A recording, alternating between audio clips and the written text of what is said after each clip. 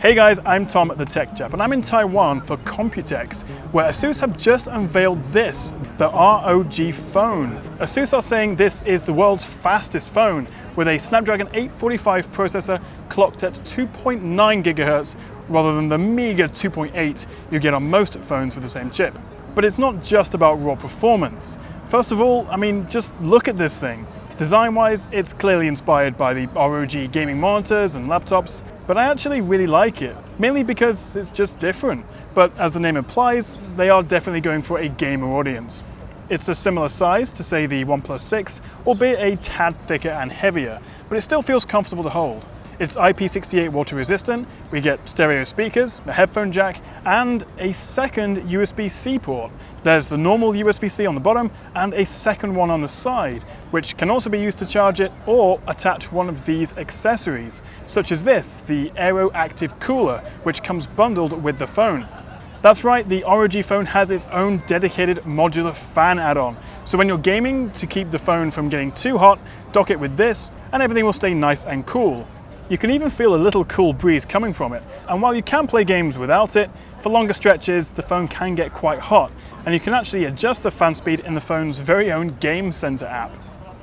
There's also a controller dock if you prefer gaming with physical buttons, and a nifty desktop dock add-on, so you can just drop in your ROG Phone, connect up a monitor, keyboard and mouse, and you're good to go. So you can play mobile PUBG just like proper PUBG. And finally, there's the Twin View dock, which has a second screen built in. So pop in your phone and you've basically got a Nintendo DS style setup, which seems really cool, although I definitely need to have a proper play with this for my full review. As for the screen, we get a tall 6-inch Full HD Plus HDR AMOLED display, which looks really nice. There's no notch, it's super color accurate, it can upscale games to HDR, according to Asus, but most importantly, it's got a 90 Hz refresh rate, up from the standard 60 Hz, which makes everything from swiping between home screens to playing games that are optimized for it even smoother. It doesn't quite match the 120 Hz of the Razer phone, but this has a much lower 1 millisecond response time to reduce ghosting in games. Honestly, it's really weird talking about this stuff for a phone. As you would expect for a phone that's all about playing games, it's got a pretty hefty battery as well, a 4000 mAh cell to be exact, which is the same size as the Razer phone and the Huawei P20 Pro. The 90 Hz refresh rate and overclocked processor will definitely have an impact though, so don't expect it to last more than a day with regular use. Although it does support quick charging 4, so it shouldn't take long to top up. Elsewhere, we get a dual lens camera setup with a 12 megapixel main lens and a second 8 megapixel wide angle lens. Asus weren't talking too much about this at the hands-on, but I believe it's the same camera setup used in their flagship Zenfone 5Z.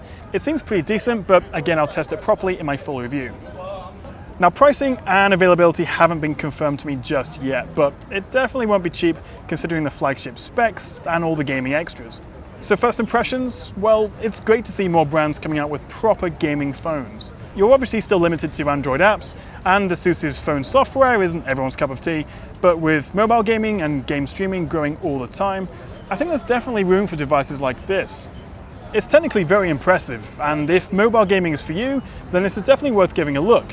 But for everyone else, well, at least it's nice to see something a bit different. So what do you reckon? Would you buy it? Let me know what you think in the comments below. And don't forget to click subscribe so you don't miss out on my full review. Thank you very much for watching, and I'll see you guys next time right here on the Tech Chap.